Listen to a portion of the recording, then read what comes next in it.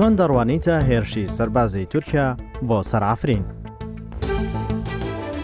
طبعا بەتوندی ئیدانەی ئەو هێرشانەی سوپای تورکی دەکەین کە دەیانەوێت عەفرین و ئەو ناوچانەی ڕۆژئاوا داگیر بکەن کە خۆشتان دەزانن ڕۆژئاوا بەشێکە لە کوردستانی گەورە کە خەونی هەمومانە ئێمە خەون بە سربەخۆیی کوردستانی گەورە بینین، بەڵام ئەمڕۆکە لەلایەن داگیرکەرانەوە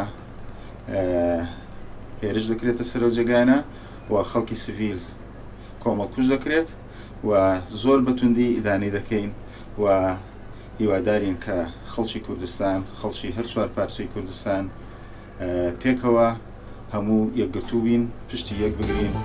من وەکو گەنجێکی شاری هەولێر ئیدانەی و هێرشانەی تورکیا دەکەم بۆ سەر شاری عەفرین. ئێمە وەکو کورد پێمان ناخۆشە کە وڵاتی تورکیا هێرشی سەر شاری عەفرین دەکاتن. داوا لە وڵاتە زلێزەکان دەکەین وەکو ئەمریکا و ئەوروپا و وڵاتە زلێزانە کە بەهانامانەوە بێن ئیدی تورکیا هێرشەکانی بۆ سەر عەفرین ڕابگرێتن. من وەکو گەنجێکی کوردستان کە خەڵکی دووس خورماتوم ئێستا ئاوارم هەم لە هەولێر لەسەر عەفرین قسە دەکەم کە تورکیای سێ ڕەش دەکاتە سەری.